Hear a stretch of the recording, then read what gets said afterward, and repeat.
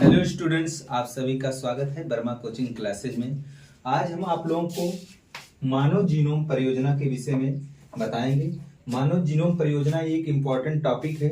ये क्या है, कैसी योजना है? देखिए, मानव जीनोम परियोजना, पहली चीज क्या है, जीनोम होता क्या है? जीनोम क्या है? जो अगुणित गुणसूत्रों के समुच्चय को हम क्या कहते हैं? जीनोम कहते हैं। जो अगुणित यानी जो गुणसूत्र जोड़े में नहीं होते हैं, तो हैप्लॉइड नंबर ऑफ क्रोमोसोम जो होते हैं उसी को हम क्या कहते हैं? जीनोम कहते हैं। जो गुणसूत्र जोड़े में ना हो उसी को हम क्या कहेंगे? जीनोम कहेंगे। तो जीनोम क्या होता है? अगुणित गुणसूत्रों के समुच्चय को हम क्या कहते हैं? जीनोम कहते हैं। मानव जीनोम परियोजना होता क्या है? मानव जीनोम परियोजना, देखिए ये क्या था। ये परियोजना की शुरुआत जो था 1990 में प्रारंभ किया गया था इस योजना को। और यह योजना जो थी लगभग 2003 तक चली। लगभग यह 13 वर्ष की योजना थी। इस योजना का पूरा खर्चा जो था अमेरिकी ऊर्जा विभाग जो था कुछ उठाता है, मैक्सिमम खर्चा, और नेशनल इंस्टीट्यूट ऑफ हेल्थ इस योजना का पूरा खर्चा उठाता है। इसके माध्यम से हम क्या करते हैं? मानव जीनोम परियोजना के माध्यम से हम क्या है, जैसे किसी व्यक्ति को भविष्य में कौन सी बीमारियां होंगी, उसके कौन सा गुणसूत्र उपस्थित है, कौन सा गुणसूत्र में त्रुटि है, इन सारी बातों को अध्ययन हम जो होता है मानव जीनोम परियोजना के माध्यम से कर सकते हैं। देखिए, मानव जीनोम परियोजना की शुरुआत जो थी, इसमें जो था मानव में आपको पता होगा लगभग जो है 3×10⁹ क्षार युग्म पाए जाते हैं। एक क्षार युग्म पर अगर देखा जाए तो ये जो एक मेगा प्रोजेक्ट था, बहुत बड़ा प्रोजेक्ट था, इसका खर्चा सभी लोग के बस का नहीं है। अगर एक क्षार युग्म का अगर अध्ययन किया जा रहा है, एक क्षार युग्म पर लगभग जो होता है इस पे $3 यानी $3 खर्च होता है। एक क्षार युग्म का अगर अध्ययन करना है तो $3 खर्च होता है। तो कुल मिलाकर के 3×10⁹ क्षार युग्म पाए जाते हैं। अगर इतने क्षार युग्मों का अध्ययन करना है तो लगभग $9 बिलियन खर्च होगा। लगभग $9 बिलियन खर्च होगा, जो इंडियन का लगभग जो होता है कई खरब रुपया होगा। ठीक है। इसके बाद देखिए $9 इस योजना पर पूरा खर्च होगा। अगर हम इसको किताबों में संग्रह करते हैं, अगर हमारे पास जो किताब है, अगर 1000 पृष्ठों वाली किताब है, मतलब अगर 1000 पृष्ठ है और प्रत्येक पृष्ठ पर अगर हम 1000 अक्षरों को जो होता है उस पर जो होता है अंकित कर रहे हैं, तो कुल मिलाकर के हमको 3300 किताबों की आवश्यकता होगी। 3300 किताबों की मतलब 3300 बुक की आवश्यकता होगी जिस पर आप लिखते हो, जिसमें 500 पृष्ठ, मतलब 1000 पृष्ठ वाली यानी 500 पन्ने होने चाहिए, और प्रत्येक पेज पर जो होता है 1000 अक्षर अगर छप रहा है, तो कुल मिलाकर के हमको 3300 किताबों की आवश्यकता होगी इस योजना को पूरा लिखने के लिए, इस योजना को। तो ये चीज हुआ। और मानव जीनोम के घटक कितने होते हैं? मुख्यतः 2 घटक होते हैं। कौन कौन से घटक हैं? पहला, यानी मानव जीनोम के दो प्रकार का होता है। एक होता है केंद्रकीय जीनोम।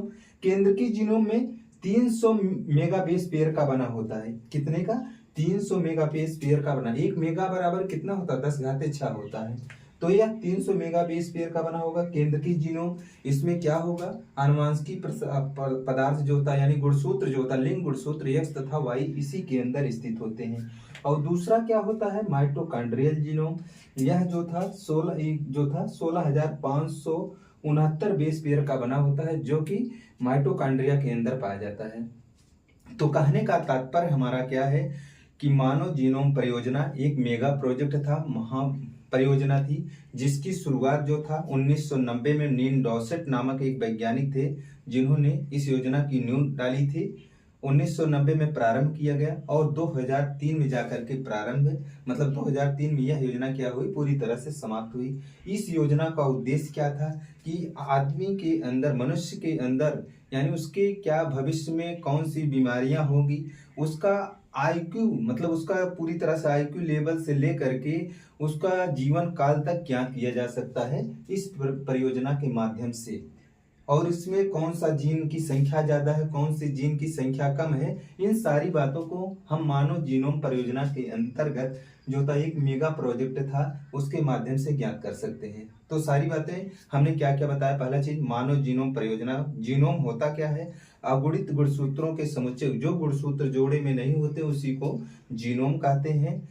तो अगुणित गुणसूत्रों के समुच्चय को हम क्या कहते हैं? जीनोम कहते हैं। मनुष्य में कितने क्षार युग्म पाए जाते हैं? 3×10⁹ क्षार युग्म पाए जाते हैं।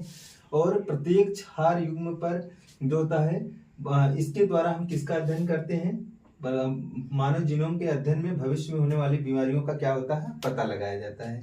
अगर इन 4 युग्मों का, अगर यह कैसा प्रोजेक्ट था, मेगा प्रोजेक्ट था, कब प्रारंभ किया गया, 1990 में प्रारंभ किया गया और 2003 में समाप्त हुआ। इस पर खर्चा कौन उठाता है, ज्यादा से ज्यादा खर्चा इसका जो होता है अमेरिकी ऊर्जा विभाग जो होता उठाता है, जिसका जो था और नेशनल इंस्टीट्यूट ऑफ हेल्थ उठाता है। इसके प्रत्येक छार पर कितना खर्चा होता है, लगभग $3 खर्च होगा। पूरी योजना पर कितना खर्च होगा, लगभग $9 बिलियन खर्च होगा। अगर इसे हम किताबों में संग्रह कर रहे हैं तो अगर 1000 पृष्ठ वाली किताब है और 1000 अक्षर प्रत्येक पृष्ठ पर हम अंकित कर रहे हैं, कुल मिलाकर के 3300 किताबों की आवश्यकता होती है। तो इसके मानव जीनोम के घटक कितने होते हैं, इसके घटक 2 भागों में बांटा गया है। केंद्रकी जीनोम जिसको हम न्यूक्लियर जीनोम बोलते हैं, दूसरा माइटोकॉन्ड्रियल जीनोम होता है। न्यूक्लियर जीनोम यानी केंद्रकी जीनोम में 300 मेगा बेस पेयर का बना होता है। 1 मेगा बराबर 10⁻⁶, जिसमें लिंग, गुणसूत्र, एक्स एवं वाई स्थित होते हैं। दूसरा कौन सा होता है, माइटोकॉन्ड्रियल जीनोम। यह 16,569 बेस पेयर का बना होता है, जो माइटोकॉन्ड्रिया के अंदर वृत्ताकार डीएनए अणु होता है। तो इसी के माध्यम से, इस मानव जीनोम के माध्यम से हम इसका अध्ययन कंप्यूटर के माध्यम से करते हैं। इसका जीनोम ब्लूप्रिंट बनाते हैं। उस प्रिंट के अंदर जैसे मोबाइल के अंदर चिप डाला जाता है, वही प्रिंट बना करके तो मानव जीनोम का पूरे गुणसूत्रों का जो होता है अध्ययन किया जाता है।